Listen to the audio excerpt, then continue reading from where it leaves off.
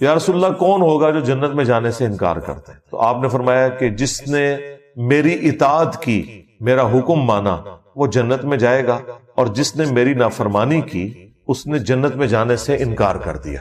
یعنی کلمہ پڑھنے کے باوجود جب میری نافرمانی کر رہا ہے تو اس نے خود سے انکار کر دیا کہ میں نے جنت میں نہیں جانا۔ تو یہ بڑا سینسٹیو مسئلہ ہے۔ یہ ایک آدھی بات اٹھانا کہ جس نے ایک دفعہ بھی کلمہ پڑھا وہ جنت میں جائے گا، پوری بات بتایا کریں کہ اس صورت میں کہ اگر اس کا خاتمہ ایمان پر ہوا اور اللہ تبارک و تعالی نے اس کے اس گناہوں کی کوئی معافی والا معاملہ کر دیا ہزاروں لاکھوں سال جہنم میں جلنے کے بعد، تب ایسی صورتحال ہوگی۔ اللہ نہ کرے کہ ایسا ہو۔ ہم تو موم بتی کے فلیم پہ بھی 1 منٹ کے لیے ہاتھ نہیں رکھ سکتے، تو یہ کہنا کہ جی پھیرا لگے گا تو پھر جنت ہی ٹوری جاؤں گے، سوچ بھی نہیں سکتے۔ اللہ تعالیٰ فرما رہا ہے سورۃ الفرقان میں کہ جہنم تھوڑی دیر رہنے کے لیے بھی بری جگہ ہے اور مستقل قیام کے لیے بھی انتہائی بری جگہ ہے۔ اللہم اجرنا من النار، آمین۔ سورۃ الاحزاب کی آیت نمبر 72 میں انسان کو ظالم اور جاہل کیوں کہا گیا جبکہ اس نے اللہ کی امانت کو اٹھایا؟ یہ قرآن پاک لٹریچر کی زبان میں بات کرتا ہے، تو بیسیکلی اس کو اگر آپ انگریزی میں ٹرانسلیٹ کریں نا کہ اللہ تعالیٰ یہ کہنا چاہ رہا ہے کہ انسان نے اس آفر کو انڈر ایسٹیمیٹ کر لیا، کہ اسے اندازہ نہیں تھا کہ یہ کہنا تو آسان ہے کہ جو کچھ بھی ہے تیرے محبوب کی امت میں ہے، غلامی رسول میں موت بھی قبول ہے، لیکن پریکٹیکلی جب قربانی دینے کی باری آئے تو ایسا ہوگا نہیں۔ یہ ان معنوں میں کہا گیا ہے، کیونکہ آپ آگے دیکھیں پھر اللہ تعالیٰ نے فرمایا یہ اس لیے ہوا تاکہ اللہ تعالیٰ اہل ایمان کو جزا دے گا اور کافروں اور منافقین کے لیے عذاب والا معاملہ فرمائے گا۔ تو اللہ تعالیٰ پھر بعد میں انسان کی تعریف بھی تو کر رہا ہے نا، تو لہٰذا ان دونوں چیزوں کو اکٹھا سمجھے کہ اللہ تعالیٰ نے جو کہا کہ یہ ظالم تھا، جاہل تھا، مراد یہ کہ اسے اندازہ نہیں تھا۔ جاہل سے مراد آپ یہ سمجھ لیں جیسے جس کو کسی چیز کی سنگینی کا علم نہ ہو، اسے کہا جاتا ہے جاہل۔ ظالم اس اعتبار سے کہ خود اس نے اپنے لیے ایک ظلم والا معاملہ کر لیا کہ اسے پتہ ہی نہیں تھا کہ میں یہ جو کچھ کرنے جا رہا ہوں اس کا اینڈ رزلٹ کیا نکلے گا، اپنے اوپر ظلم خود ہی کر لیا۔ اس نے آفر قبول کی تو اب اسے آفر نبھانی پڑے گی۔ اس کا قطعاً یہ مقصد نہیں تھا کہ اللہ تعالیٰ کہ ڈیوائن پلان کے کو خلاف یہ بات ہو گئی ہے۔ اللہ بھی تو یہی چاہتا تھا۔ سورۃ البقرہ میں آیا کہ میں زمین میں اپنا ایک خلیفہ بھیجنے والا ہوں، تو یہ تو اللہ تعالیٰ نے ڈیسائیڈ کر دیا ہوا تھا کہ زمین میں خلیفہ بھیجنا ہے۔ اس کے لیے کوئی بھی ایک معاملہ ہونا تھا، وہ اللہ تعالیٰ کی حکمت تھی۔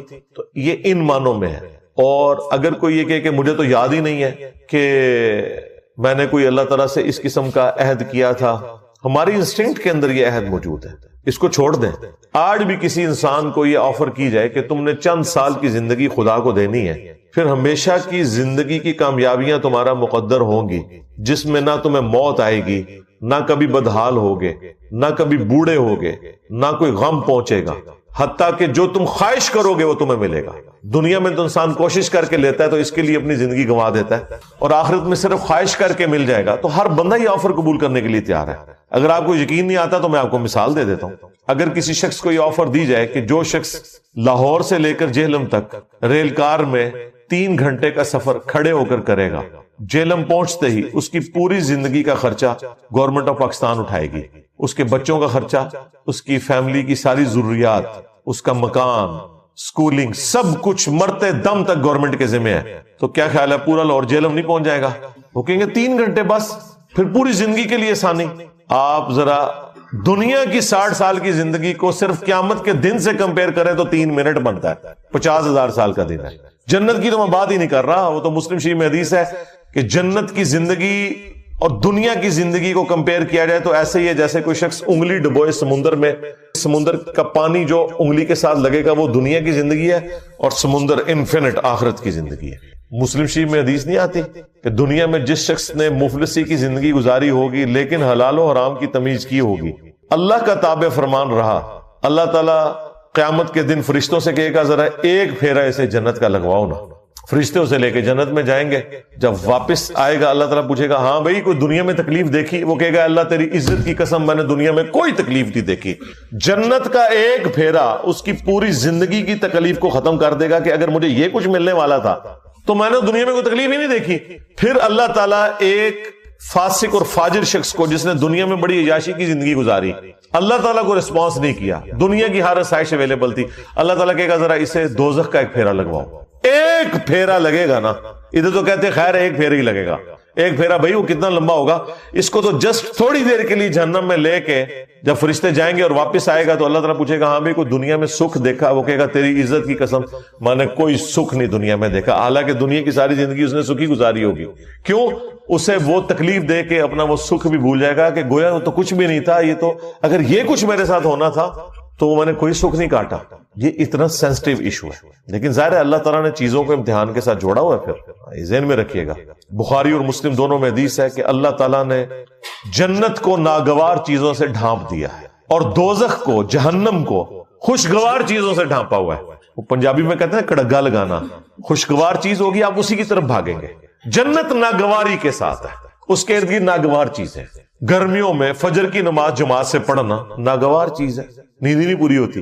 گرمیوں میں لمبے لمبے روزے رکھنا طبیعت میں ناگوار ہے۔ سردیوں میں ٹھنڈے پانی سے کیا گرم پانی سے بھی وضو کر کے نماز پڑھنا بہرحال ایک ایفرٹ تو ہے، طبیعت پہ ناگوار ہے۔ دنیا میں حلال اور حرام کی تمیز کرنا طبیعت پہ ناگوار ہے، حرام سے بچنا طبیعت پہ ناگوار ہے۔ تو اللہ تعالیٰ نے جنت کو ناگوار چیزوں سے ڈھانپ رکھا ہے اور جہنم کو خوشگوار چیزوں سے، یعنی ہر وہ چیز جو طبیعت کو بڑی اچھی لگتی ہے، آسانی سے مل بھی جاتی ہے اور نفس کی تسکین کا سما بھی ہے، وہ آپ کو جہنم میں لے جائے گی۔ تو دیکھ لیں، اسی کو سپورٹیو وہ حدیث ہے جامع ترمذی میں، ابو داؤد کے اندر، سنن نسائی کے اندر، ابن ماجہ کے اندر، کہ جب اللہ تعالیٰ نے جنت کو پیدا کیا تو حضرت جبرائیل سے کہا کہ ایک دفعہ ذرا جنت دیکھ کر آؤ۔ جب وہ دیکھ کے آئے تو اللہ تعالیٰ فرمایا ہاں بھائی جبرائیل کیا دیکھا؟ کہ یا اللہ مجھے نہیں لگتا کوئی شخص بھی ایسا ہوگا جو اپنا تن من دھن سب کچھ نہ لگا دے اس جنت کے حصول کے لیے، یہ تو ساری جنت میں جائیں گے، یہ جگہ ہی بڑی اچھی تو نے بنائی ہے۔ اللہ تعالیٰ فرمایا رکو ذرا صبر کرو۔ ہاں، اللہ تعالیٰ نے جنت کو ناگوار چیزوں سے ڈھانپ دیا، حلال اور حرام کی تمیز، شریعت کی پابندی کی تکلیف، سب کچھ۔ مومن کو تو روزانہ مرنا پڑتا ہے، سیدھی سی بات ہے، روزانہ جینا پڑتا ہے۔ احمد النبی علیہ السلام نے فرمایا صحیح مسلم کی حدیث کہ دنیا مومن کے لیے قید خانہ ہے اور کافر کے لیے جنت ہے۔ جب وہ دوبارہ گئے نا اور وہ جنت تک پہنچنے کے لیے وہ تمام تکلیف دیکھی، واپس آ کے انہوں نے کہا تیری عزت کی قسم مجھے نہیں لگتا کوئی بندہ جنت میں جانے میں کامیاب ہوگا، اتنی مشکل تو نے جنت کر دی ہے۔ پھر اللہ تعالیٰ نے جہنم کی طرف بھیجا حضرت جبرائیل علیہ السلام کو، واپسی پہ پوچھا تو انہوں نے کہا تیری عزت کی قسم کوئی شخص بھول کے بھی کوئی ایسا عمل نہیں کرے گا کہ اسے یہ عذاب دیکھنا پڑے، مجھے نہیں لگتا کہ کوئی بندہ ایسا عمل کرے کہ جہنم میں جائے۔ پھر اللہ تعالیٰ نے جہنم کو خوشگوار شہوات سے ڈھانپ دیا، ہر اٹریکٹفل چیز اس کے ساتھ ڈھانپ دیا۔ جب وہ دیکھ کے واپس آئے نا، پھر اللہ تعالیٰ نے پوچھا کہ اب جبرائیل سنا، انہوں نے کہا یا اللہ مجھے نہیں لگتا کوئی بندہ جہنم میں جانے سے بچ سکے، کیونکہ تو نے اس کو اتنا خوشنما بنا دیا ہے کہ اس امتحان میں شاید ہی کوئی کامیاب ہوگا، ادروائز سب کے سب جہنم میں ہی گریں گے۔ لیکن یہ حیران کن بات ہے، دنیا میں جتنے اعمال آپ کو جہنم میں لے جانے والے ہیں نا، جتنی خواہشات جہنم میں لے جانے والی ہیں، یہ ساری خواہشات جنت میں انعام کے طور پر ملنے والی ہیں۔ کتنی حیران کن بات ہے کہ دنیا میں یہ چیزیں جہنم میں جانے کا سبب ہے، آخرت میں جنت میں انعام میں یہ چیزیں ملنے والی ہیں۔ مرد کے لیے کیا سونے چاندی کے کنگن نہیں قرآن میں آیا، ریشمی لباس، یہاں تو 4 عورتوں کی اجازت، وہاں تو کتنی عورتیں، ان کی تفصیلات طارق جمیل صاحب سے پوچھیں۔ ہر وہ چیز جو دنیا میں انسان کو ڈیویٹ کر کے جہنم تک پہنچا سکتی ہے نا، جنت میں وہی کچھ انعام مل رہا ہے۔ تو اس کا مطلب آپ سمجھ رہے کیا ہے؟ اس کا مطلب یہ ہے کہ دنیا میں بیسیکلی ان چیزوں سے روک کے اللہ تعالیٰ نے آپ سے ایک روزہ رکھوایا ہے جس کی افطار جنت میں ہوگی۔ جس طرح دنیا میں آپ حلال چیزیں چھوڑ دیتے ہیں نا روزے کی حالت میں، کیونکہ روزے کی حالت میں وہ چیزیں کھانے سے آپ کا روزہ ٹوٹ جائے گا۔ روزہ دار کے لیے کھانا کھانا، پانی پینا حرام ہے، افطار کے بعد وہ کر سکتا ہے۔ تو لہٰذا دنیا میں جو آپ کو نعمتیں جن سے اللہ تعالیٰ نے روکا ہوا ہے، یا اس کے اوپر کوئی قدغن لگائی ہوئی ہے یا پابندی لگوائی ہوئی ہے، وہ جنت میں اللہ تعالیٰ نے اٹھا لینی ہے اور وہی آپ کے لیے انعام دیا۔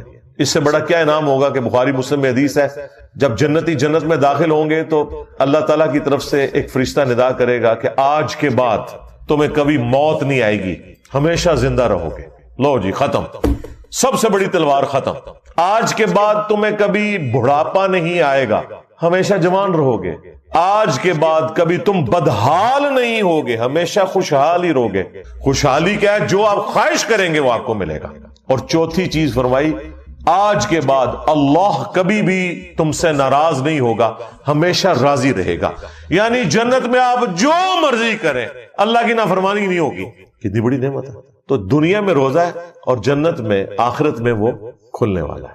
ہاں, یہاں جو بندے پابندی کر لیں گے, بخاری مسلم میں حدیث ہے, جنت اور جہنم کے درمیان لا کر موت کو مینڈے کی شکل میں ذبح کر دیا جائے گا.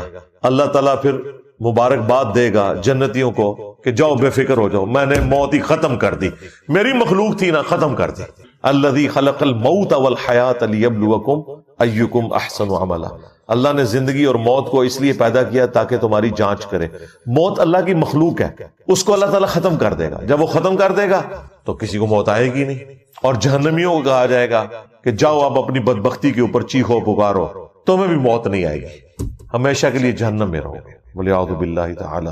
اللہم اجرنا من النار, اللہم انا نسألک جنت الفردوس مع النبیین والصدیقین والشہداء والصالحین, آمین. تو انسان تھوڑا سا غور و تفکر کرے تو انسان کو پتا چل جائے گا کہ کوئی اللہ تعالیٰ نے انسان کے ساتھ ظلم نہیں کیا. یہ جو آفر لگائی ہے یہ تو ہر بندے نے ویل کر لینی ہے. لہذا وہ بات شروع ہوئی تھی سورہ الاحزاب کی اس آیت سے کہ انسان ظالم تھا, جاہل تھا, اس نے انڈر ایسٹیمیٹ کیا, لیکن جب کامیاب ہو جائے گا پھر اسے کہا جائے گا بھائی مبارک ہو, فرشتے جنت کے دروازوں پہ استقبال کر رہے ہوں گے. تو یہ اللہ کے پلان کا حصہ تھا, اس لیے اللہ تعالیٰ نے آن کیا. پھر دیکھیں اللہ تعالیٰ نے اپنے پیغمبروں کو بھیجا, ان کے ساتھ کتابیں نازل کی تاکہ انسان کو اس ہدایت کے سفر پہ چلنا آسان ہو جائے. سورہ النساء میں اللہ تعالیٰ نے فرمایا ہم نے انبیاء اور کتابیں اس لیے بھیجی تاکہ قیامت کے دن کوئی اللہ تعالیٰ کے اوپر حجت نہ کر سکے انبیاء اور کتابوں کے آ جانے کے بعد. یعنی حالانکہ اللہ تعالیٰ اس چیز کا پابند نہیں تھا, پھر بھی اس کی شفقت ہے. نور علی نور اس نے کیا ہے. ایک ہماری انسٹنکٹ میں اچھائی اور برائی کی تمیز ڈال دی. ہر شخص جھوٹ بولنے کو برا اور سچائی کو اچھا سمجھتا ہے, چاہے اس کے پاس نبیوں کی تعلیمات نہ بھی پہنچی ہو. ہاں, جب نبیوں کی تعلیمات آ جاتی ہیں وہ نور علی نور, نور کے اوپر نور ہو جاتا ہے, پھر تو ہر چیز کھل کے سامنے آ جاتی ہے. اس کے باوجود کوئی شخص جہنم میں چلا جائے تو اس کے اپنے اعمال ہیں. اللہ تعالیٰ نے انسان کے اوپر ظلم نہیں کیا. انا ہدیناہ السبیل اما شاکرا و اما کفورا, ہم نے ہدایت کا راستہ واضح کر دیا, چاہو تو شکر گزاری کی روش اختیار کرو اور چاہو تو نہ شکری کی, تمہاری اپنی مرضی ہے. لیکن اس کا یہ مطلب نہیں ہے کہ جو اللہ نے یہ آفر دیے تو اس کا مطلب ہے کہ اللہ تعالیٰ بے پرواہ ہے اس معاملے میں, جو مرضی کرتے رہو. نہیں, اللہ تعالیٰ اپنے تابع فرمان بندوں کو جنت میں پھر بھیجے گا اور جو نافرمان ہے انہیں جہنم میں بھیجے گا. یہ کوئی نہیں کہہ سکتا کہ میری تقدیر میرے اوپر غالب آ گئی. نہیں, اللہ تعالیٰ نے بالکل واضح فرما دیا ہے سورہ الزمر کے اندر. اور میں تو اس آیت کو سورہ الزمر سورت نمبر 39 کی آیت نمبر 7 ہے, میں اسے کہتا ہوں یہ مسئلہ تقدیر کو حل کرنے والی ہے. جو لوگ تقدیر کا سہارا لیتے ہیں نا اپنی برائی کے اوپر پردہ ڈالنے کے لیے, اللہ تعالیٰ کے کھاتے میں ڈال دیتے ہیں, ان کے لیے شرم کا مقام ہے. اللہ تعالیٰ نے کس طرح قرآن پاک میں آیات کھول کے بیان کی ہیں. سورہ الزمر سورت نمبر 39 آیت نمبر 7, ان تکفروا فإن اللہ غنی عنکم, اگر تم کفر کی روش اختیار کرو گے, ناشکری کرو گے, تو جان لو بے شک اللہ تعالیٰ بے پرواہ ہے تم سے. یہ نہیں ہوگا کہ تمہاری ناشکری کرنے سے, تمہاری نافرمانی کرنے سے, تمہارے بے نمازی رہنے سے کوئی اللہ تعالیٰ کو نقصان ہو رہا ہے, کوئی اس کی کوئی کوالٹیز میں کوئی نقص آ جائے گا. نہیں. وَلَا يَرْضَى لِعِبَادِهِ الْكُفْرَ, لیکن یاد رکھنا اللہ اپنے بندوں سے کفر کے لیے راضی نہیں ہے. اگرچہ اس نے کھلی چھٹی دی ہوئی ہے, وہ تو بے پرواہ ہے لیکن راضی نہیں ہوگا. وَإِن تَشْكُرُوا يَرْضَهُ لَكُمْ, اور اگر تم شکر گزاری کی روش اختیار کرو گے پھر ہی وہ تم سے راضی ہوگا, اسی میں وہ تم سے راضی ہے. لہذا یہ جو ہم کہتے ہیں نا اللہ کو کوئی پرواہ نہیں ہے, مراد یہ نہیں کہ جو مرضی کرتے رہو, مراد یہ کہ اللہ کو فرق نہیں پڑے گا لیکن تسی مارے گئے. کہتے ہیں جی اللہ نو ساڑیاں نمازاں چاہیے, بھئی اللہ کو نہیں چاہیے, تمہیں چاہیے نمازیں. اللہ نے تو کہہ دیا مجھے فرق نہیں پڑتا, لیکن تو گیا اگر تو میرا نافرمان ہوا. اور اس سے یہ بات بھی کلیئر ہوئی کہ جو یہ اکثر جملہ بولا جاتا ہے نا کہ دنیا میں جتنے بھی کام ہو رہے ہیں یہ اللہ کی مرضی سے ہو رہے ہیں, یہ بالکل غلط جملہ ہے. دنیا میں سارے کام اللہ کی مرضی سے نہیں ہو رہے. کیا شرک, کفر, بدکاری اللہ کی مرضی سے ہو رہی ہے؟ نہیں، اللہ کی مرضی تو اللہ نے کہہ دیا کہ میری مرضی کیا ہے، وَلَا يَرْضَى لِعِبَادِهِ الْكُفْرَ، میں ناشکری کی روش اپنے بندوں کے لیے پسند نہیں کرتا، میری کوئی مرضی نہیں اس میں، اللہ کی اجازت سے سب کچھ ہو رہا ہے، پکڑے گا نہیں۔ جس نے اذان کی آواز میں مسجد میں جانا ہے جائے، جس نے نہیں جانا اس کے پاؤں زمین میں نہیں دھسیں گے، اجازت ہے، جو مرضی کرو، لیکن آخرت میں پکڑ لے گا۔ مرضی یہ نہیں ہے کہ جو مرضی کرو، مرضی یہی ہے کہ پیغمبروں کی پیروی کرو، کتابوں کے پیچھے چلو۔ وَإِن تَشْكُرُوا يَرْضَهُ لَكُمْ، اور اگر شکر گزاری کی روش اختیار کرو گے تو اللہ تعالیٰ اپنے بندوں سے یہی پسند کرتا ہے۔ وَلَا تَزِرُ وَازِرَةٌ وِزْرَ أُخْرَى، اور جان لو کہ کوئی جان دوسری جان کا بوجھ قیامت کے دن نہیں اٹھائے گی۔ تم لاکھ کہتے رہو کہ عبد القادر جیلانی ہمیں جنت میں لے جائیں گے، سرکار ایسا ہو ہی نہیں سکتا۔ جب نبی علیہ السلام اپنی بیٹی خاتون جنت کے بارے میں یہ کہہ رہے ہیں نا کہ میری بیٹی فاطمہ میرے مال سے جو لینا ہے لے لے، اگر اللہ کے حضور پکڑی گئی تو میں تیرے کچھ کام نہیں آؤں گا۔ اگر سیدہ فاطمہ کا یہ سٹیٹس ہے تو بابے شاہی کوئی نہیں، ہاں فاطمہ کے جیسا ہے ہی کوئی نہیں، تیرا بابا دے شاہی کوئی نہیں۔ بابے کا نام نہیں لیتے، ہو سکتا ہے بابے نے بیچارے نے نہ کہا ہو، یہ بھی ہو سکتا ہے نا، کہا ہوا تو پھنس جائے گا، نہ کہا ہوا تو بچ جائے گا۔ ہمیں تو کسی بابے سے کوئی انٹرسٹ نہیں۔ ثم الى ربکم مرجعکم، اس کے بعد تمہیں لوٹ کر اپنے رب کے پاس جانا ہے۔ فینبئکم بما کنتم تعملون، تو وہ تمہیں پھر خبر دے دے گا جو کچھ تم دنیا میں کیا کرتے تھے۔ انہ علیم بذات الصدور، بے شک وہ تو سینوں کے چھپے ہوئے رازوں کا بھی جاننے والا ہے۔ اللہم حاسبنا حسابا یسیرا، آمین۔ گرفت پہ آ جائے تو وہ سورہ المومن میں آئے کہ وہ آنکھوں کی خیانت کو بھی جانتا ہے۔ آنکھ سے بھی کسی نے کوئی خیانت کی ہے، بدنگاہی کی ہے، یا اس کے ذریعے کسی کو نقصان پہنچانے کی کوشش کی ہے، وہ اللہ تعالیٰ اس کو بھی جاننے والا ہے، والعیاذ باللہ تعالیٰ۔ تو یہ معاملہ بالکل کلیئر ہے۔ پھر ایک اور آیت ہے مسئلہ تقدیر کے حوالے سے، وہ بھی کمال ہے، سورہ طٰہٰ، اس میں اللہ تعالیٰ نے اینڈ پہ جا کے اس حوالے سے عقیدہ کلیئر کیا ہے۔ جو ان لوگوں کا یہ وتیرہ بن چکا ہے نا کہ ہر چیز تقدیر کے اوپر ڈالتے ہیں، وہ اللہ تعالیٰ نے سٹیٹس کلیئر کر دیا ہے، اور کہتے نہیں ہماری تو قسمت تھی، ہم بدبخت نکلے۔ اللہ نے بتایا کہ بدبخت کون ہے؟ بدبخت وہ نہیں ہے جو اپنی مرضی سے اللہ رسول کا راستہ اختیار کرتا ہے، بدبخت وہ ہے جو اپنی مرضی سے اللہ اور اس کے رسول کی نافرمانی کرتا ہے اور پھر وہ بدبختی کا مستحق ہو جاتا ہے۔ تو یہ ہے آیت نمبر 123، قصہ آدم اور ابلیس کے کانٹیکسٹ میں ہے۔ قال اهبطا منها جميعا، اللہ تعالیٰ نے آدم اور حوا سے فرمایا ہے کہ تم اب سب کے سب زمین پر اتر جاؤ۔ سب کے سب سے مراد ہے کہ تم بھی اور تمہاری اولاد جو ہونے والی ہے۔ بعضکم لبعض عدو، تم میں سے بعض کا دشمن ہوگا، ظاہر ہے شیاطین بھی دشمن، انسان بھی انسانوں کے دشمن، یہ سارا معاملہ چلے گا۔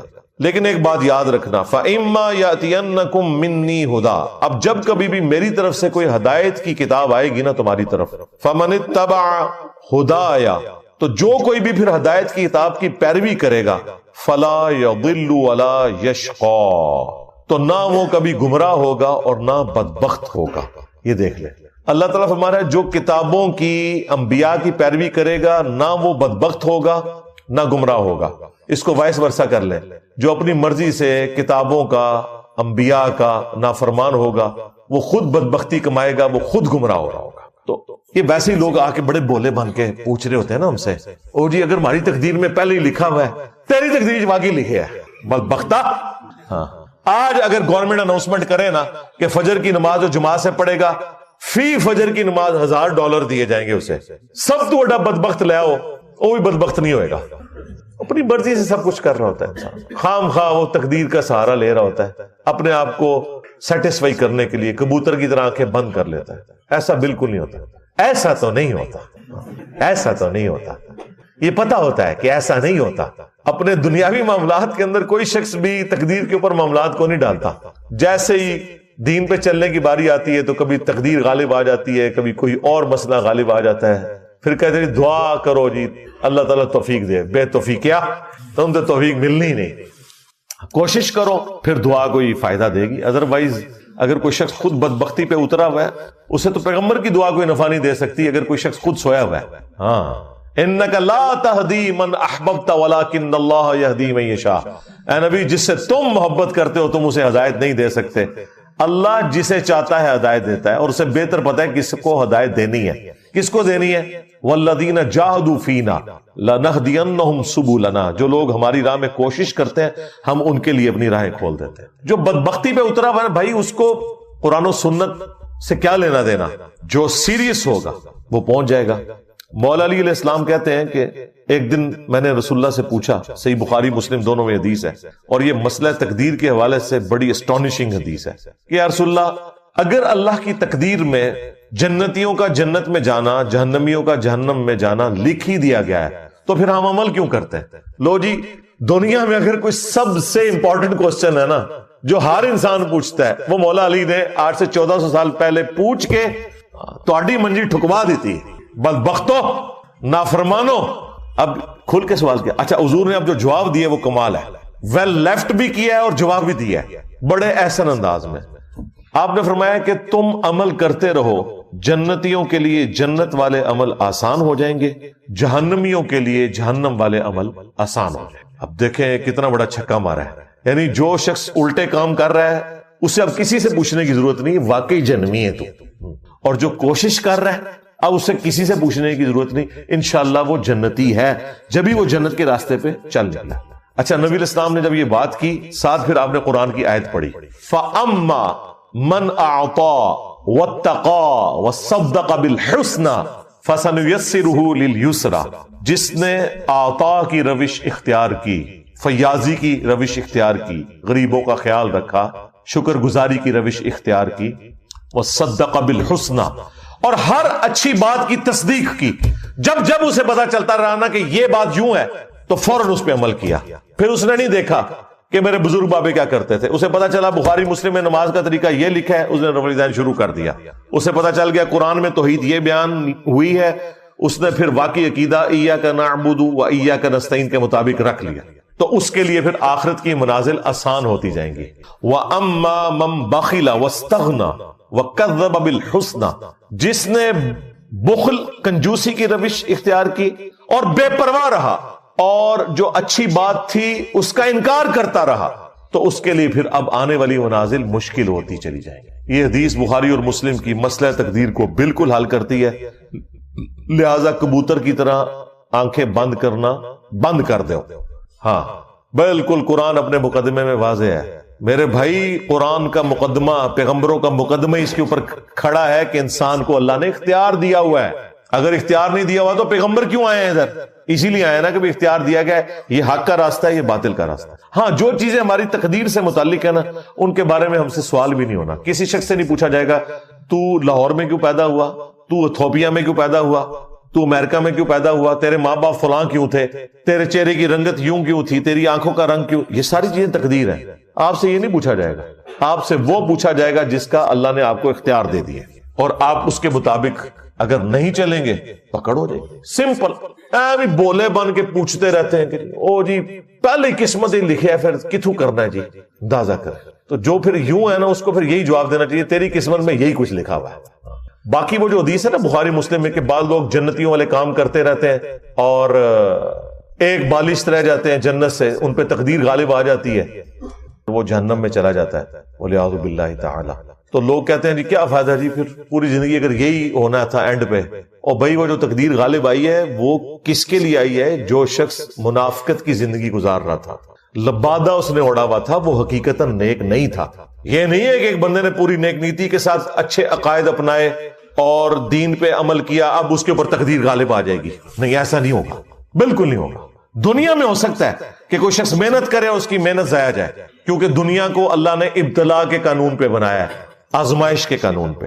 وَلَنَبْلُوَنَّكُمْ بِشَيْءٍ مِّنَ الْخَوْفِ وَالْجُوعِ وَنَقْصٍ مِّنَ الْأَمْوَالِ وَالْأَنفُسِ وَالثَّمَرَاتِ، ضرور آزمائیں گے، خوف کے ذریعے، بھوک کے ذریعے، جان اور مال میں نقص کے ذریعے۔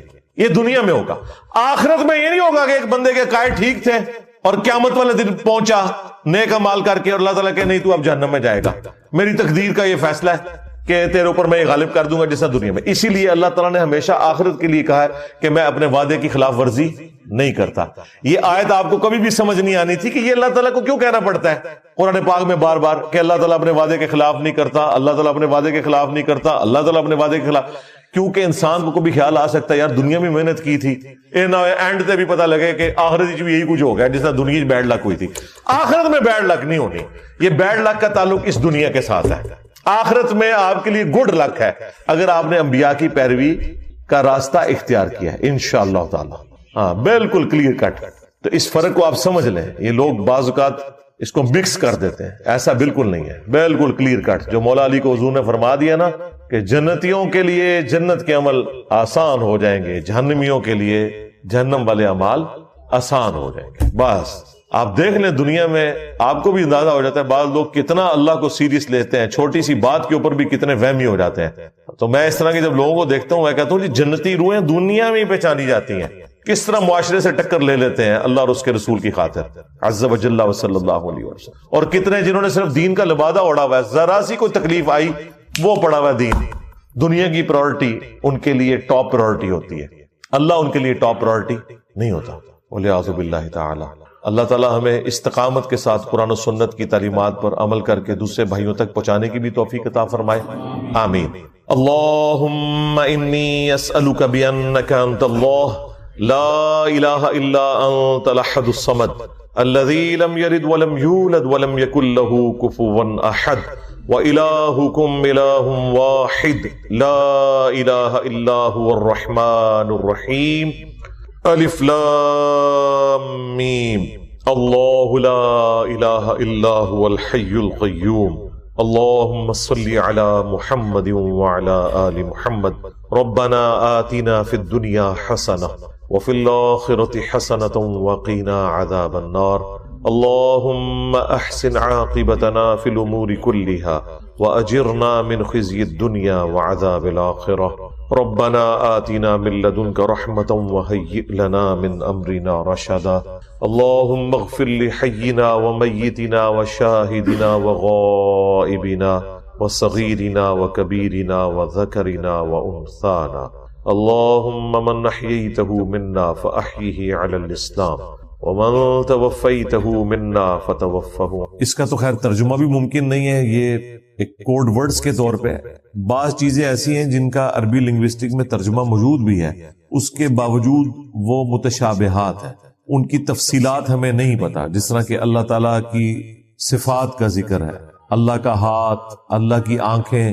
اب یہ جو گفتگو ہے یہ لٹریچر کی زبان میں بھی ہو سکتی ہے کہ اس سے مراد قدرت لیا گیا ہو، یا اس سے مراد اللہ تعالیٰ کی وہ کوالٹیز ہیں جن کی تفصیلات ہمیں نہیں پتا۔ چونکہ ہماری زبان کی ووکیبلری اتنی ہی ہے، ہم اس طرح کے ملتے جلتے الفاظ ہی بیان کر سکتے ہیں۔ جس طرح کہ جنت کی نعمتیں ہیں وہ قرآن پاک میں بیان ہوئی، لیکن ساتھ ہی سورہ السجدہ میں آیا کہ اللہ تعالیٰ نے اپنے بندوں کے لیے ان کی آنکھوں کی ٹھنڈک نعمتیں چھپا کے رکھی ہوئی ہیں، اور اسی آیت کی تفصیل میں بخاری مسلم میں ہے کہ وہ نعمتیں نہ کسی آنکھ نے دیکھی، نہ کسی کان نے سنی، نہ کسی کے دل پہ بھی کبھی ان کا گمان گزرا۔ تو وہ ظاہر ہے اس کا مطلب ہے وہ ایکسٹراڈنری نعمتیں، تو سمجھانے کے لیے بتا دیا جاتا ہے۔ اسی لیے سورۃ البقرہ میں ہے کہ جب جنتیوں کو فروٹ دیے جائیں گے تو وہ دنیا کے فروٹ سے ملتے جلتے ہوں گے، وہ کہیں گے کہ یہ تو وہی ہے جو ہمیں دنیا میں بھی دیا گیا تھا، لیکن اللہ تعالیٰ فرماتا ہے وہ ان سے ملتے جلتے ہوں گے۔ وہ تو جب کھائیں گے تو پتا چلے گا نا کہ اس میں بہت بڑا فرق ہے۔ مثلا ایک دیسی آم کا ذائقہ ہے، انور ٹور بھی دیکھنے میں دیسی آم کی طرح ہے، لیکن ذائقے میں زمین و آسمان کا فرق ہے۔ تو جو جنت کا فروٹ ہے بظاہر دیکھنے میں دنیا کے فروٹ کی طرح نظر آئے گا، لیکن اس کی جو کوالٹیز ہیں، اس کا جو ذائقہ ہے، اس کا کوئی لینا دینا نہیں ہے دنیا کی کسی بھی چیز کے ساتھ۔ لیکن وہ اس لیے اللہ تبارک و تعالیٰ نے اس کو ایسی شکل کا رکھا ہے تاکہ دل میں اس کے لیے اٹریکشن پیدا ہو۔ ادروائز آپ اگر ایسی غذا دیکھیں جو آپ نے پہلے نہیں دیکھی ہوئی تو آپ کبھی بھی دسترخوان سے پہلے اسے اٹھانے کی کوشش نہیں کرتے۔ کوشش وہی ہوتی ہے جو چیز آپ کو پسند ہے، آپ کی دیکھی بھالی ہے، اسی کو آپ پہلے کھانے کے لیے استعمال کریں۔ اس لیے جنتیوں کو بھی ابتداً اس طرح کے فروٹ دیے جائیں گے جو دنیا کے فروٹ سے ملتے جلتے ہوں گے۔ اس میں آگے چل کے آئے گا انار، انگور، لیکن آپ نے قطعاً یہ نہیں سمجھنا کہ یہ اس طرح کے انار اور انگور ہوں گے۔ دنیا میں بھی کوالٹیز کا اتنا فرق ہے کہ ایک ہی طرح کا فروٹ مختلف علاقوں میں جو اگتا ہے، زمین و آسمان کا فرق ہے اس کے ٹیسٹ کے اندر. تو انسان جو ہے چونکہ اس طرح کے فروٹ کے ساتھ فیملیئر ہے اس لیے اسے اٹریکشن فیل ہوگی، لیکن جب وہ کھائے گا تو اس کا ذائقہ تو بالکل ایک ایکسٹرا آرڈنری ہوگا. تو اس طرح کی جو متشابہات ہیں، ریزمبلنس والی چیزیں، اللہ تعالیٰ کی صفات سے متعلق ہوں، جنت سے متعلق ہوں، حوروں سے متعلق ہوں، وہ صرف اجمالاً ہماری وکیبلری میں بیان کیا گیا. اس کی تفصیلات جب تک انسان وہاں پہنچ نہ جائے اس کو کبھی بھی اس طریقے سے بریف نہیں کر سکتا. تو ان آیات پہ صرف ایمان لانا کافی ہے. نہ یہ ایسی آیات ہیں کہ جن کی وجہ سے کوئی قرآن کی تعلیمات میں فرق پڑ جاتا ہے کہ اگر آپ اس کو ڈیٹیل سے نہیں سمجھ رہے. اس کا ذکر سورہ آل عمران کی آیت نمبر 7 میں آیا کہ ہم نے قرآن جو نازل کیا اس کی آیات 2 قسم کی ہیں، ایک محکمات ہے، دوسری متشابہات ہے. پھر اللہ تعالیٰ میں جو محکمات ہیں وہی اصل کتاب ہے، یعنی جن میں اللہ تعالیٰ نے حکم بیان کیے ہیں. حکم کیا ہے؟ نماز پڑھو، ماں باپ کے ساتھ اس نے سلوک کرو، بدکاری سے بچو، قتل نہ حق نہ کرو، چوری سے بچو. جتنے بھی اللہ تعالیٰ کی طرف سے فرائض ہیں اور اللہ تعالیٰ کی طرف سے جو گناہ حرام قرار دیے گئے ہیں وہ ساری کی ساری چیزیں جو ہے وہ ہیں محکمات، یعنی حکمیہ چیزیں محکمات. اور اللہ تعالیٰ میں کتاب کی اصل وہی ہے. اور دوسری فرمایا متشابہات ہے، یعنی جو ریزمبلنس والی چیزیں مثال کے طور پر بیان ہوئی. اللہ تعالیٰ فرمایا ان پر اہل ایمان لاتے ہیں، اور جن لوگوں کے دلوں میں ٹیڑھ پن ہوتا ہے وہ کہتے ہیں ہمیں اس کا مطلب بھی بتایا جائے کہ کیا ہے، حالانکہ اس کا کوئی لینا دینا نہیں ہے آپ کے کسی بھی معاملے کے ساتھ جو آپ نے شریعت کے اوپر چلنا ہے. اور اہل ایمان کی نشانی یہ کہ وہ یہ کہتے ہیں یہ ساری کے سارا اللہ کی طرف سے نازل ہوا، ہم اس پہ ایمان لاتے ہیں. پھر وہ دعا کرتے ہیں ربنا لا تزغ قلوبنا بعد اذ ہدیتنا وہب لنا من لدنک رحمہ انک انت الوہاب. اے رب ہمارے دلوں کو ٹیڑھا نہ کرنا اس کے بعد کہ تو نے ہمیں ہدایت عطا فرمائی، اور ہمیں اپنی طرف سے رحمت عطا فرما اے عطا فرمانے والے. اہل ایمان کی روش یہ ہوتی. آمین. تلک آیات الکتاب، یہ آیات ہے الکتاب کی، اللہ کی کتاب، یا اس سے مراد لوح محفوظ بھی جس سے یہ قرآن نازل کیا گیا، الکتاب. والذی انزل الیک، اور جو نازل کیا گیا آپ کی طرف میں ربک، آپ کے رب کی طرف سے، الحق، وہ حق ہے، با مقصد ہے، پرپز فل ہے، سچائی پر مبنی ہے. ولیکن اکثر الناس لا یؤمنون، لیکن اکثریت لوگوں کی ایمان نہیں لاتی، حق بات کو قبول نہیں کرتی.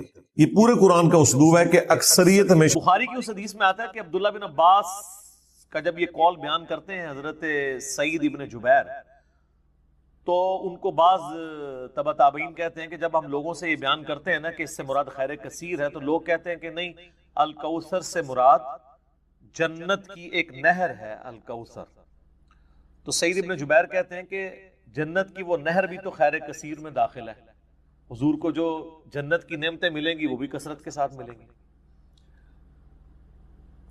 تو یہ اس کی جو تفسیر ہے نا خیر کثیر والی، یہ سب سے آپٹیمل ہے. اس میں جو ہے وہ حوض کوثر بھی شامل ہے، جو صحیح مسلم میں حدیث ہے کہ نبی صلی اللہ علیہ وآلہ وسلم صحابہ میں بیٹھے تھے تو آپ کو اچانک ایک اونگ آئی. تھوڑی دیر بعد جب آپ کی آنکھ کھلی تو آپ مسکرا رہے تھے، اور پھر آپ نے کہا کہ ابھی ابھی اللہ تعالیٰ نے مجھ پہ یہ آیات نازل کی ہیں، بسم اللہ الرحمن الرحیم، یعنی آپ الاسلام نے بسم اللہ سے سٹارٹ کیا. انا اعطیناک الکوثر فصل لربک وانحر ان شانئک هو الابتر. اور پھر آپ نے فرمایا کہ جانتے ہو یہ الکوثر کیا ہے؟ تو صحابہ نے کہا اللہ اس کا رسول بہتر جانتے ہیں. تو آپ صلی اللہ علیہ وآلہ وسلم نے فرمایا یہ جنت میں ایک نہر ہے جو مجھے اللہ تعالیٰ نے عطا فرمائی ہے، اور اس کے کنارے کی جو مٹی ہے وہ کستوری سے زیادہ خوشبودار ہے، اور اس کے برتن آسمان کے ستاروں کے برابر ہیں. اور صحیح بخاری میں آتا ہے کہ شب معراج جب نبی علیہ السلام جنت میں سیر کر رہے تھے تو وہاں آپ کو ایک نہر دکھائی گئی، اور جبرائیل علیہ السلام نے کہا کہ یہ وہ الکوثر ہے جو آپ کو اللہ تعالیٰ نے عطا کی ہے. اور آپ صلی اللہ علیہ وآلہ وسلم کے الفاظ ہیں بخاری مسلم دونوں میں کہ اس کا جو مشروب ہے وہ دودھ سے زیادہ سفید، شہد سے زیادہ میٹھا، اور اس کی خوشبو کستوری کی خوشبو سے زیادہ ہے، اور جو کوئی ایک دفعہ میرے حوض کوثر سے وہ مشروب پی لے گا اسے کبھی بھی پیاس نہیں لگے گی۔ جنت میں جو انسان کھائے پیے گا نا، وہ بھوک کی وجہ سے نہیں، ذہن میں رکھیے گا، بھوک ایک عیب ہے، پیشاب ایک عیب ہے، نیند ایک عیب ہے، اسی لیے یہ تینوں چیزیں جنت میں نہیں ہیں۔ جنت میں انسان کھائیں گے لذت لینے کے لیے، پیشاب نہیں ہوگا، بخاری مسلم میں الفاظ ہیں، خوشبودار ڈکار آئے گی، سارا کھانا ہضم۔ تو جنت چونکہ نعمتوں کا نام ہے، کوئی کمزوری نہیں، وہاں پہ نیند بھی نہیں ہے۔ یہاں پہ تو ہم نیند کیوں یوز کرتے ہیں؟ تاکہ ہم نیکسٹ 24 گھنٹے میں پرفارم کر سکیں گے، بلکہ بیٹری چارج ہوتی ہے۔ وہ میری خالہ جو ہے نا، وہ بڑے پیارے الفاظ استعمال کرتی ہیں۔ ان کی بیٹیاں جب چھوٹی تھی نا تو سوئی ہوتی تھی نا، تو کون سے پوچھتا تھا بیٹیاں کتنے، کہتے ہیں چارجنگ تے لائی ہیں، کیونکہ بچے جب اٹھتے ہیں نا پھر تو آپ ان کو سنبھال بیٹھے، جب تک یہ سونا نہ جائیں سکون نہیں آتا۔ تو وہ جو سوتے ہیں نا وہ چارجنگ پہ لگے ہوئے ہوتے ہیں، پھر جیسے صبح انہوں نے اٹھنا نا ایٹھلی اوپرلی کر دینی ہے۔ تو قیامت میں جنت والے دن آپ کو جنت میں چارجنگ کی ضرورت نہیں ہے، بلکہ نیند وہاں پہ ضرورت ہی نہیں، اللہ تعالیٰ نے ویسے ہی انسان کو اتنی انرجی دی ہوئی ہوگی۔ تو لہذا آپ علیہ السلام کا جو فرمان ہے نا کہ جو ایک بار پیے گا وہ کبھی پیاسا نہیں ہوگا، تو کسی کے ذہن میں خیال آ سکتا ہے کہ پیاسا نہیں ہوگا تو پھر پانی کی لذت کیا؟ وہ اللہ تعالیٰ نے جنت کی نعمتوں میں لذت ہی اتنی رکھی ہے کہ انسان لذت کی وجہ سے اس کو استعمال کرے گا۔ اور پھر انہی احادیث میں بخاری و مسلم کے موجود ہے کہ میرے حوض کوثر پہ پھر ایسے لوگ بھی لائے جائیں گے جن میں پہچانتا ہوں گا، اور جب میں انہیں مشروب پلانے لگوں گا تو میرے ان کے درمیان ایک آڑ قائم کر دی جائے گی، تو میں کہوں گا کہ یہ تو میرے صحابہ ہیں، اصحابی اصحابی۔ امتی والی روایتیں بھی ہیں بخاری مسلم میں، اصحابی والی بھی ہیں۔ تو مجھے بتایا جائے گا کہ یا رسول اللہ آپ کو نہیں پتا آپ کے بعد انہوں نے دین میں بدعتیں جاری کر دی تھی اور الٹے قدم پھر گئے تھے، تو آپ صلی اللہ علیہ وآلہ وسلم فرماتے ہیں کہ پھر میں کہوں گا سحقن سحقن لمن غیر بعدی، ان پہ پھٹکار ہو، ان کو مجھ سے دور کر دو جنہوں نے میرے بعد میرے دین کو بدل دیا۔ یہ حدیث بخاری اور مسلم دونوں میں ہے، اور حوض کوثر والے چیپٹر میں امام مسلم اسے لے کے آئے ہیں، بخاری میں موجود ہے۔ اس حدیث پہ کامنٹس ہیں عبداللہ ابن ابی ملیکہ تابعی کے، وہ جب بھی حدیث بیان کیا کرتے تھے تو وہ کہا کرتے تھے اے اللہ ہم تجھ سے یہ دعا کرتے ہیں کہ تیرے نبی کی وفات کے بعد ان کے دل سے الٹے قدم نہ پھرے، آمین ثم آمین۔ تو اللہ تعالیٰ ہمیں حوض کوثر پہ آپ صلی اللہ علیہ وآلہ وسلم کے مبارک ہاتھوں سے مشروب نصیب فرمائے۔ یہ دعا انسان کو اپنے لیے کرنی چاہیے، ظاہر ہے کہ وہ اہل جنت ہوں گے۔ اور بخاری مسلم میں کہ اس کے جو برتن ہیں نا، وہ برتن ہی آسمان کے ستاروں کے برابر اس کی تعداد ہے۔ پورا ایک نقشہ کھینچا گیا، آپ مشکات کی 30 جلد میں حوض کوثر اور شفاعت والا چیپٹر نکالیں تو آپ کو وہ ساری احادیث مل جائیں گی۔ ترمذی اور ابن ماجہ میں ایک وہ حدیث بھی بڑی مشہور ہے جو حضرت انس بن مالک کہتے ہیں کہ یا رسول اللہ کیا آپ میری شفاعت کریں گے؟ تو آپ فرمایا میں کروں گا۔ تو یا رسول اللہ قیامت والے دن میں آپ کو کہاں تلاش کروں؟ تو آپ علیہ السلام فرمایا میزان عمل پہ آ جانا، جہاں میرے امتیوں کے نام مال تل رہے ہوں گے۔ یا رسول اللہ وہاں نہ پاؤں تو فرمایا حوض کوثر پہ آ جانا۔ عرض کی وہاں پہ بھی نہ پاؤں تو فرمایا پھر پولیس رات پہ آ جانا۔ کہا وہاں پہ بھی نہ پاؤں تو آپ فرمایا میں ان 3 جگہوں کے سوا کہیں اور نہیں ہوں گا، یا میں حوض کوثر پہ ہوں گا اپنے پیاسی امتیوں کو مشروب پلا رہا ہوں گا، یا پھر میزان عمل پہ ہوں گا شفاعت کے لیے، یا پھر میں پولیس رات پہ ہوں گا اپنے امتیوں کے لیے سلامتی کی دعا کرنے کے لیے۔ تو یہ 3 جگہیں ہیں جہاں پہ آپ صلی اللہ علیہ وآلہ وسلم کو قیامت والے دن تلاش کیا جا سکتا ہے انشاءاللہ تعالی۔ تو یہ حوض کوثر میں وہ خیر کثیر جو ہر طرح کی آپ کو عطا کی گئی وہ بھی شامل ہے، اور اسپیسیفکلی حوض کوثر جو ہے وہ بھی، حتیٰ کہ جو بخاری اور مسلم میں حدیث ہے، آپ نے اپنی وفات سے 1 مہینے پہلے خطبہ دیا تھا غزوہ احد کے شہداء پر، جو آپ نے نماز جنازہ دوبارہ پڑھی تھی 8 سال بعد۔ اس میں الفاظ ہیں، آپ نے فرمایا کہ میرا منبر جو ہے وہ حوض کوثر پہ لگا ہوا ہے، یہ والے جو الفاظ ہیں یہ دوسری حدیث میں، کیونکہ وہاں پہ ممبر نہیں تھا، یہ الفاظ ہیں بخاری اور مسلم کی وہ حدیث کہ میرے گھر سے میرے ممبر سے میرے گھر تک جنت کے ٹکڑوں میں سے ایک ٹکڑا ہے ریاض الجنہ، اس میں الفاظ ہیں اور میرا ممبر جو ہے وہ حوض کوثر پہ لگا ہوا ہے. یعنی آپ علیہ السلام وہ دیکھ رہے تھے حوض کوثر کا منظر، ٹائم میں گزار کے آپ کو دکھایا گیا. وہ جو بخاری مسلم کی وہ والی حدیث ہے عقبہ بن عامر والی، جو شہدائے احد پہ آپ نے 8 سال بعد جنازہ پڑھا اپنی وفات سے 1 مہینہ پہلے، اور عقبہ ابن عامر کے الفاظ ہیں یہ آخری دفعہ میں نے رسول اللہ کو ممبر پہ دیکھا، اس کے بعد میں نے آپ کو نہیں دیکھا.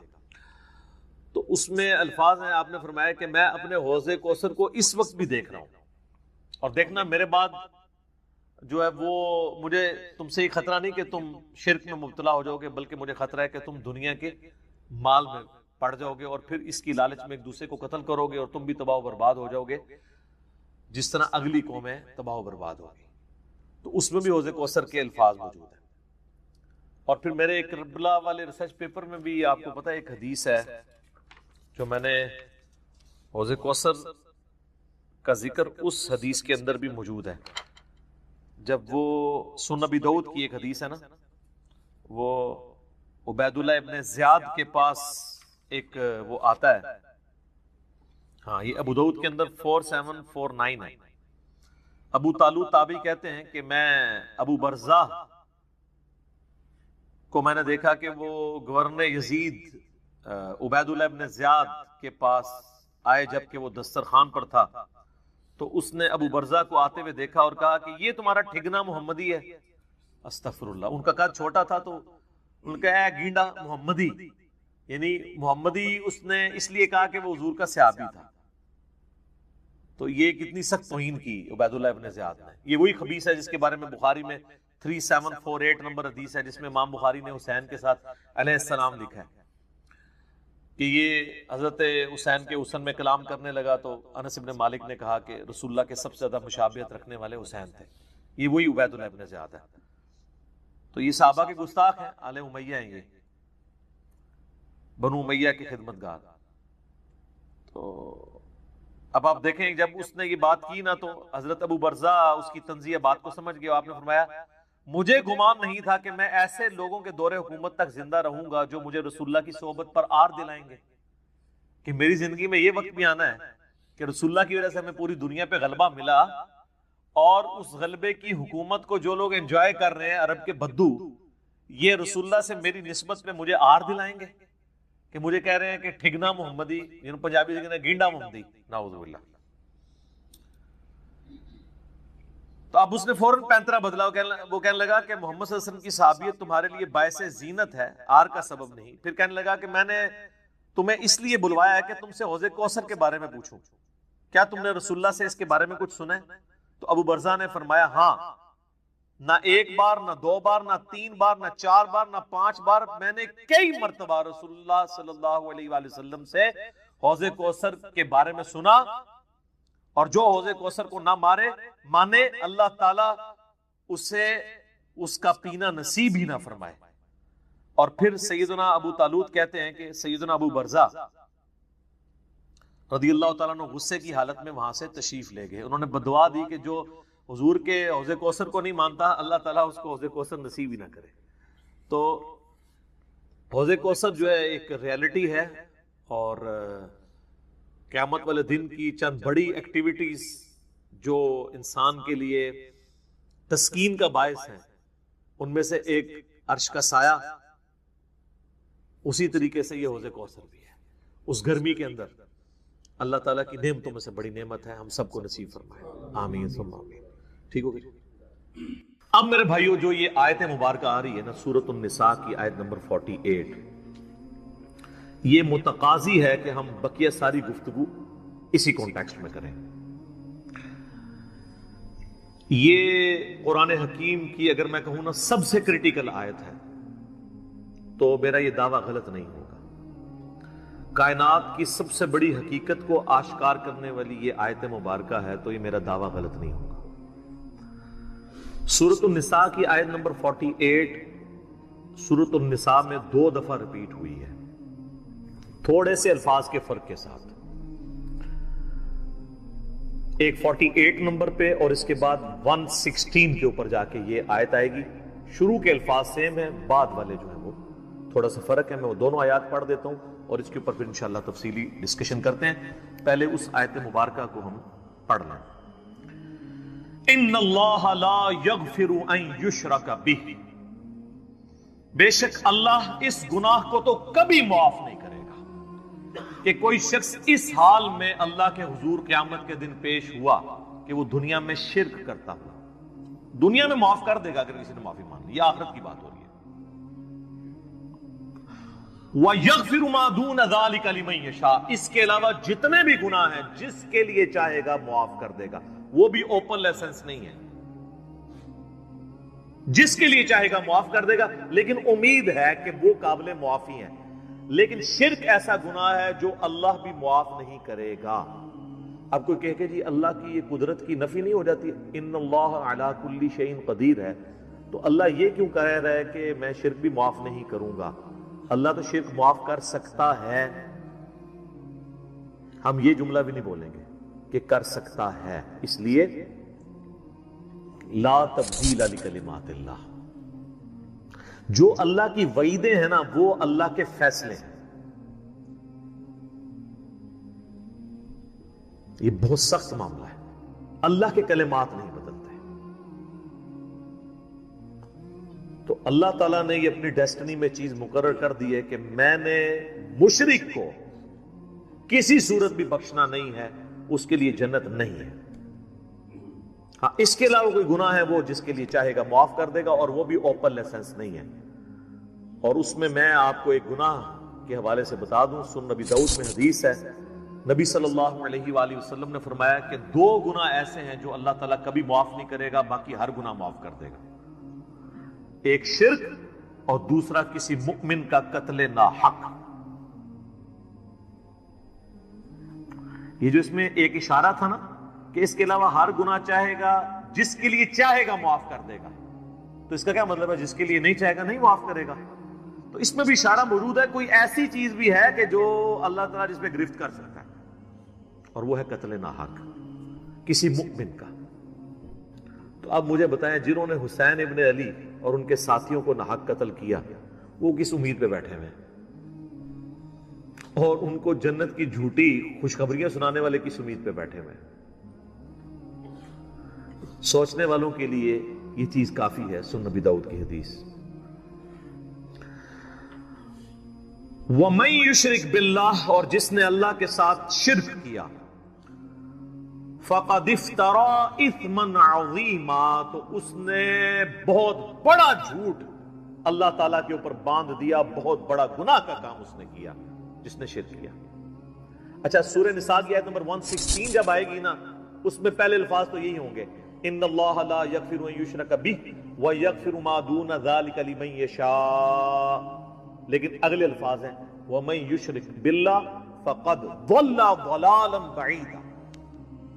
جو کوئی اللہ کے ساتھ شرک کرے وہ گمراہ ہوا اور گمراہی میں دور جاتا. اللہم لا تجعلنا منہم، اللہم من احییتہ منا فاحیہ علی الاسلام ومن توفیتہ منا فتوفہ علی الایمان. آمین.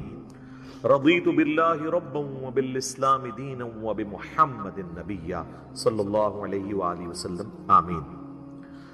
اب یہ میرے بھائیو ایسا ٹاپک ہے کہ میں اس پہ اگر کم از کم 2 گھنٹے بولوں نا تو تب میری تسلی ہوگی.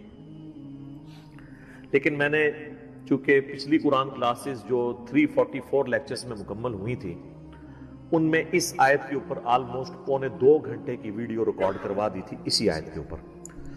مسئلہ نمبر 3 کے نام سے وہ اپلوڈڈ ہے یوٹیوب کے اوپر.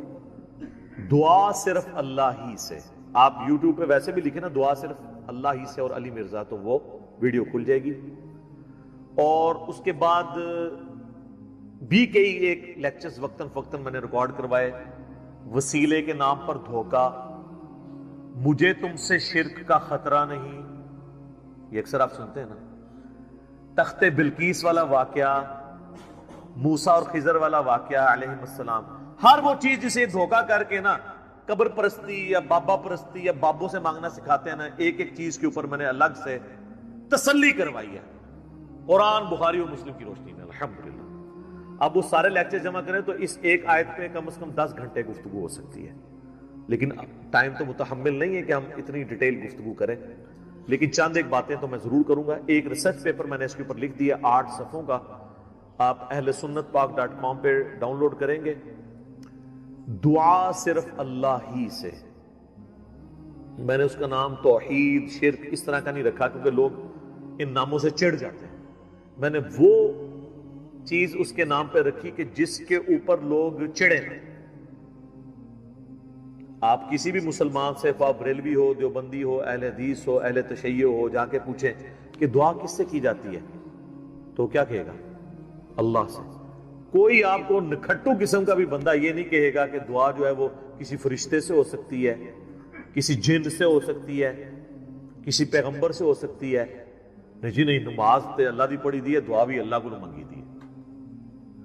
لیکن حالت یہ ہوگی کہ وہ دعا اللہ سے یہ مانگ رہا ہوگا، نماز میں تو قرآن کی وہ آیت سورۃ الفاتحہ کی 4 نمبر آیت کم از کم 17 رکھتے ہیں جو فرض ہیں روزانہ کی، ان میں 17 دفعہ پڑھتا ہوگا ایاک نعبد و ایاک نستعین، اے اللہ عبادت بھی صرف کریں گے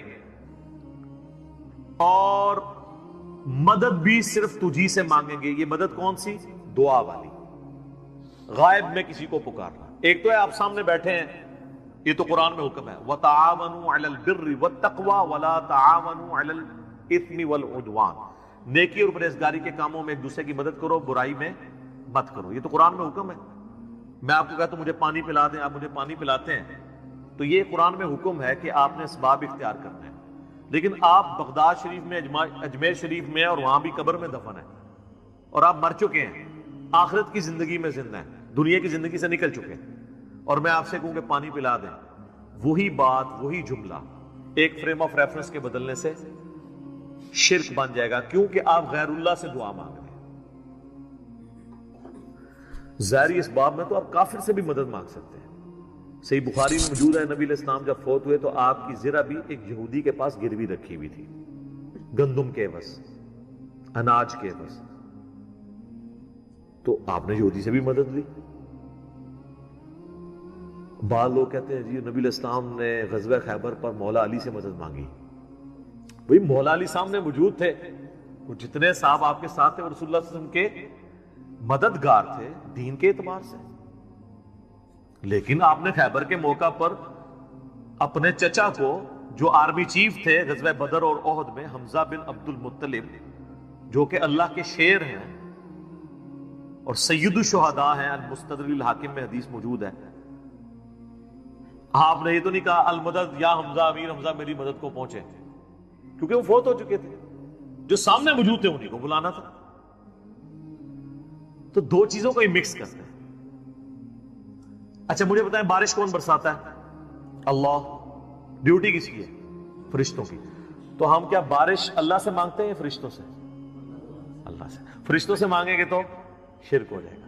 لہذا یہ پتا چلا کہ اگر ڈیوٹیاں بھی لگی ہوئی ہوں، کہنا نا بزرگوں کی ڈیوٹیاں نے، اللہ دا کہا ڈیوٹی کسی کو نہیں پوری ہوئی، جس مزار دا کہنا نا ڈیوٹی ہے، سارے چرسی پوڈری افیمی اسی مزار تے بیٹھے ہوندے نے، اپنے مزار دے ہوتے ڈیوٹی نہیں پوری ہو رہی انہاں کو، چلے ڈیوٹی لگی بھی ہو پھر بھی آپ پکار نہیں کسی کو سکتے۔ یہ جھگڑا نہیں ہے کہ مولا علی علیہ السلام مشکل کشا ہیں یا نہیں، شیخ عبد القادر جیلانی رحمت اللہ علیہ مشکل کشا ہیں یا نہیں، یہ تو جھگڑا ہی نہیں ہے۔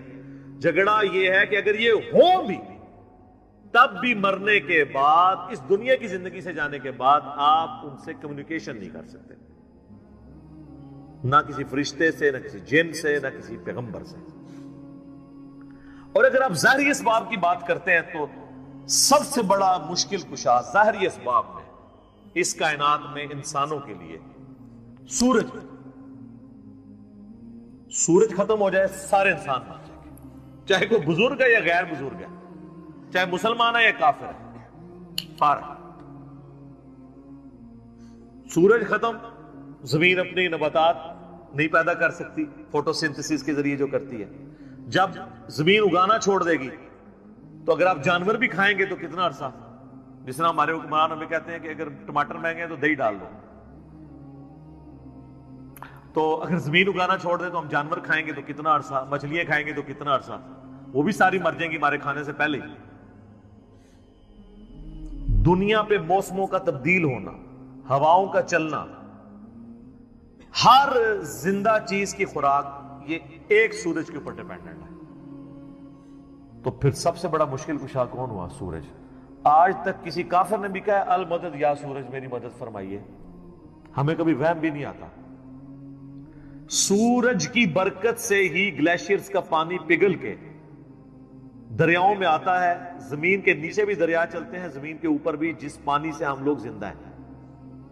اور وہ گلیشیئرز تک پانی پہنچنا بھی سورج کی وجہ سے ہے، کیونکہ سورج ویپوریٹ کرتا ہے سمندر کے پانی کو، وہ ہواؤں اور بادلوں کی شکل میں ہم پر بارش کی شکل میں اور پہاڑوں پہ برف کی شکل میں برستی ہے۔ ورنہ یہ کروڑوں ٹن پانی اگر سمندر سے شفٹ کرنا پڑے اس کا نمک نکال کے گلیشیئر کے اوپر، پوری انسانیت قیامت تک بھی لگی رہی، یہ نہیں کر سکتی۔ جو کہتے ہیں نہیں خود بخود ہو رہا ہے، اور جو کام کرنے سے نہ ہو وہ خود بخود کیسے ہو سکتا ہے؟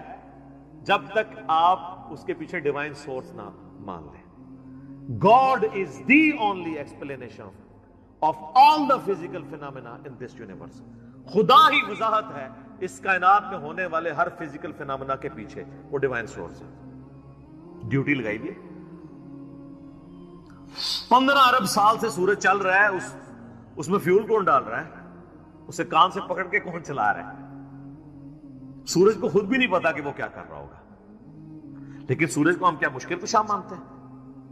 حالانکہ ساری مشکلیں ہماری وہی حل کر رہا ہے۔ ہم کہتے ہیں سبب ہے، پھر بھی نہیں پکارتے۔ اتنے بڑے سبب کو آپ پکار نہیں رہے تو بابے کدھر سے آ گئے؟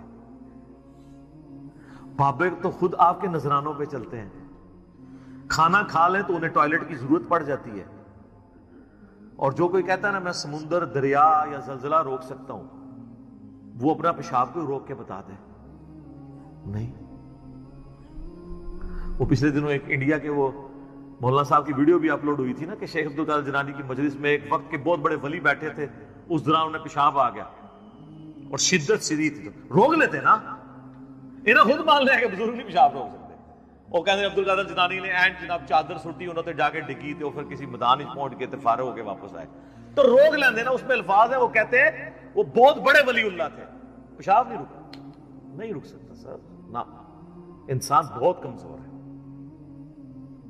کھانا نہ کھائے زندہ نہیں رہ سکتا، محتاج ہے۔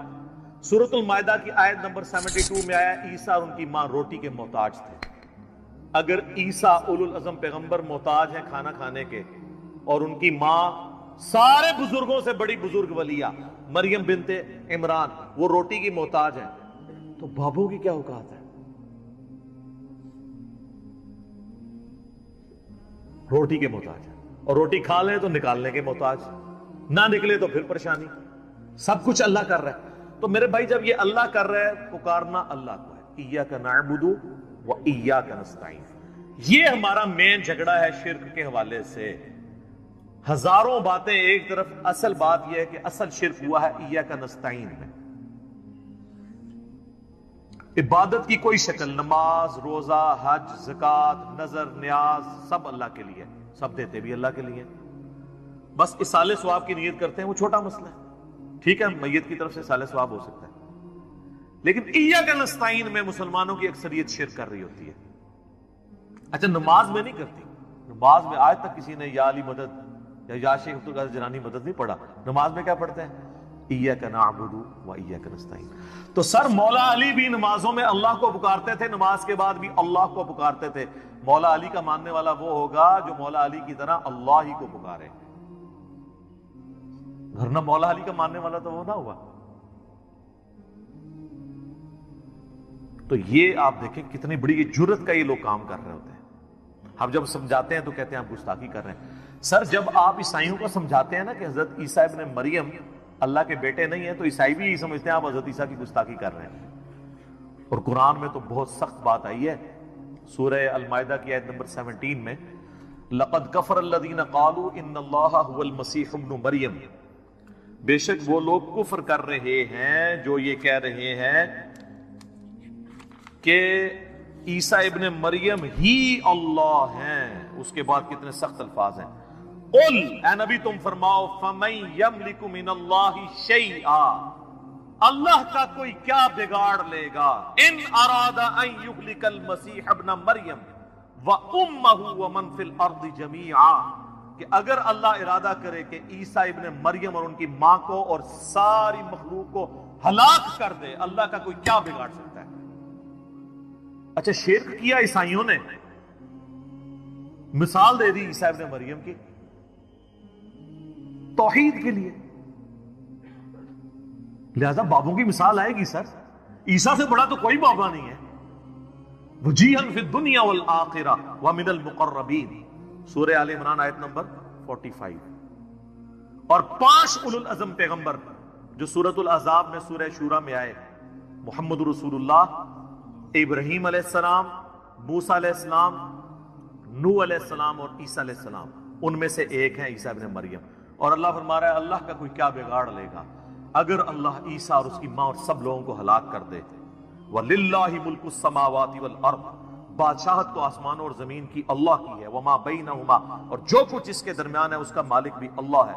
يَخْلُقُ مَا يَشَاءُ، جو چاہتا ہے پیدا کرتا ہے. عیسیٰ کو بھی اس نے پیدا کیا، یہ اس کی مخلوق ہے. That's all، جس طرح اور مخلوقات ہیں. وَاللَّهُ عَلَى كُلِّ شَيْءٍ قَدِيرٌ، اور اللہ تعالیٰ ہر چیز کے اوپر قادر ہے. سر کس لیول پہ جا کے آپ کو اللہ سمجھائے گا؟ کس لیول کے اوپر جا کے؟ توحید کا معاملہ بہت سینسٹیو ہے. میں اکثر ایک جملہ بولتا ہوں، شرک is the most sensitive issue in the sight of Allah. Allah کے حضور شرک سے زیادہ کوئی حساس معاملہ نہیں ہے.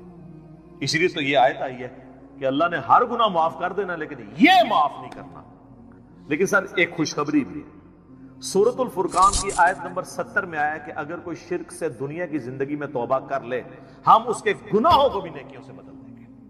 سبحان اللہ وبحمدہ، سبحان اللہ وبحمدہ، سبحان اللہ العظیم، عدد خلقہ ورضا نفسہ وزنۃ عرشہ ومداد کلماتہ. یعنی اللہ اس کو یہ بھی لکھے گا کہ اتنا عرصہ تو نے شرک کیا ہے، ہن پہلے اینے سال نیکیاں کر، تو ایڈا گاڑا گناہ سی، انہوں ختم کرنے ٹائم چاہیے. اللہ کہتا ہے تو توبہ کر لے، میں اس گناہ کو بھی نیکی کے برابر تول لوں گا، ایک بار میری طرف آ جا. صحیح مسلم میں حدیث ہے اور جامعہ ترمذی میں بھی، اے میرے بندے اگر تو اتنے گناہ کر لے کہ آسمان تک پہنچ جائیں اور صرف ایک دفعہ مجھ سے معافی مانگ لے، میں تیری توبہ قبول کر لوں گا. اور اے میرے بندے اگر تو زمین و آسمان گناہوں کے بھر کے قیامت والے دن میرے پاس آیا لیکن تو نے ایک گناہ نہ کیا ہوا اور وہ ہے مجھ سے کے ساتھ کسی کو شریک ٹھہرانا، تو میں اس قدر مغفرت کے ساتھ اس سے ملاقات کر لوں گا اگر تو نے شرک نہ کیا ہوا. بس یہ گارنٹی دے. ایک تو موٹا موٹا شرک ہے نا، ویسے تو خواہش نفس کو بھی شرک کہا گیا. افرائیت من اتخذ الہہ ہوا، بھلا اس شخص کو دیکھا جس نے اپنی خواہش نفس کو اپنا خدا بنا لیا. وہ بھی چھوٹا شرک تو ہے. فجر کے وقت اذان کی آواز سن کے مسجد میں نہ جانا اور اپنے نفس کی پیروی کرنا، یہ بھی شرک کی ایک فارم ہے. اسی لیے ابراہیم علیہ السلام کو سب سے بڑی جو ڈگری قرآن میں اللہ نے دی ہے نا، وہ کیا ہے؟ وما کان من المشرکین، وہ مشرک نہیں تھے. ہاں بندہ کہتا ہے یار یہ کون سی ڈگری ہے، مشرک تو میں بھی نہیں ہوں. نا سر نا، ابراہیم علیہ السلام دی توحید اور تے تہاڈی میری توحید اور. وہ ہر طرح کے شرک سے آزاد ہو چکے تھے. سر اس سے بڑی کیا بات ہوگی؟ اللہ نے قرآن پاک میں فرمایا کہ سورۃ البقرہ میں کہ جب جب ابراہیم کو اس کے رب نے آزمایا تب تب وہ آزمائش میں پورا اترا. اور سورۃ النجم میں فرمایا ابراہیم وہ ہے جو ہم سے وفا کرنے والا ہے. اور سورہ الصافات میں آیا کہ ہم نے اسے اتنی بڑی آزمائش میں ڈالا کہ اس کے بچے کی قربانی کا اسے حکم دیا تو وہ تیار ہو گیا اس کے لیے. تو انہوں نے بیٹے کو بھی اللہ کے مقابلے پہ کھڑے نہیں ہونے دیا، اس لیے کہا گیا وما کان من المشرکین. یہ کوئی چھوٹی ڈگری نہیں، بہت بڑی ڈگری ہے. تو شرک کا معاملہ بہت سینسٹیو ہے. یہ صحیح مسلم کی میں نے آپ کو حدیث بتائی. ایک اور حدیث ہے صحیح مسلم کے اندر ہی کہ نبی علیہ السلام جب شب معراج گئے تو اللہ تعالیٰ نے ان کو 3 تحفے دیے. نمبر 1 5 نمازیں، نمبر 2 سورۃ البقرہ کی آخری 2 آیات آمن الرسول، اور تیسرا یہ کہ میں گارنٹی دیتا ہوں کہ آپ کا جو امتی شرک نہیں کرے گا نا، میں اس کی مغفرت کر دوں گا قیامت والے دن، یعنی at the end of the day, اپنا عذاب بھگتنے کے بعد. یہ نبی علیہ السلام کو گارنٹی دی گئی. بخاری اور مسلم دونوں میں حدیث ہے، نبی علیہ السلام نے 3 دفعہ فرمایا جانتے ہو سب سے بڑا گناہ کون سا ہے؟ جانتے ہو سب سے بڑا گناہ کون سا ہے؟ جانتے ہو سب سے بڑا گناہ کون سا ہے؟ صحابہ نے کہا یا رسول اللہ اور اس کا رسول بہتر جانتے ہیں. آپ فرمایا کیا میں تمہیں بتا نہ دوں؟ بتا نہ دوں؟ کہ یا رسول اللہ بتائیں. فرمایا اللہ کے ساتھ شرک کرنا. اور ایک اور حدیث ہے بخاری اور مسلم کی، اس میں بھی یہی الفاظ ہیں، لیکن اس میں الفاظ ہیں کہ تم اللہ کے ساتھ شرک کرتے ہو حالانکہ اس نے تمہیں پیدا کیا. پیدا کرنے والا اور پیدا ہوا برابر نہیں ہو سکتے. سر اللہ ہی ہے جو پیدا کرنے والا ہے، باقی سب پیدا ہوئے ہیں، تو وہ اللہ کے مقابلے میں کیسے آ سکتے ہیں؟ نیور، کبھی نہیں آ سکتے. صحیح بخاری اور مسلم میں ایک اور حدیث ہے، معاذ ابن جبل کہتے ہیں کہ میں نبی علیہ السلام کے پیچھے ایک دفعہ سواری پہ گدھے پہ بیٹھا تھا، آپ کے اور میرے درمیان بس ایک پالان کی لکڑی تھی، یعنی آپ علیہ السلام نے اپنے پیچھے وہ ایک چھوٹی سی لکڑی رکھی ہوئی تھی کمر کو سپورٹ دینے کے لیے. اب وہ یہ نقشہ اس لیے کھینچ رہے تھے اپنا رسول اللہ سے قرب بتانے کے لیے کہ میری خوش نصیبی ہے کہ حضور گدھے پہ بیٹھے ہیں آگے اور میرے اور نبی علیہ السلام کے درمیان صرف ایک لکڑی کی وہ پالان کی ڈنڈی ہے لکڑی کی. سر آپ ذرا خوش نصیبی کا لیول دیکھیں. اور نبی علیہ السلام سواری پہ مجھ سے ارشاد فرماتے ہیں معاذ، تو کہتے ہیں میں نے کہا یا رسول اللہ حاضر ہوں، حکم کیجئے. پھر حضور نے دوسری دفعہ کہا اے معاذ، پھر انہوں نے کہا یا رسول اللہ میں حاضر ہوں. تیسری دفعہ بھی اس طرح.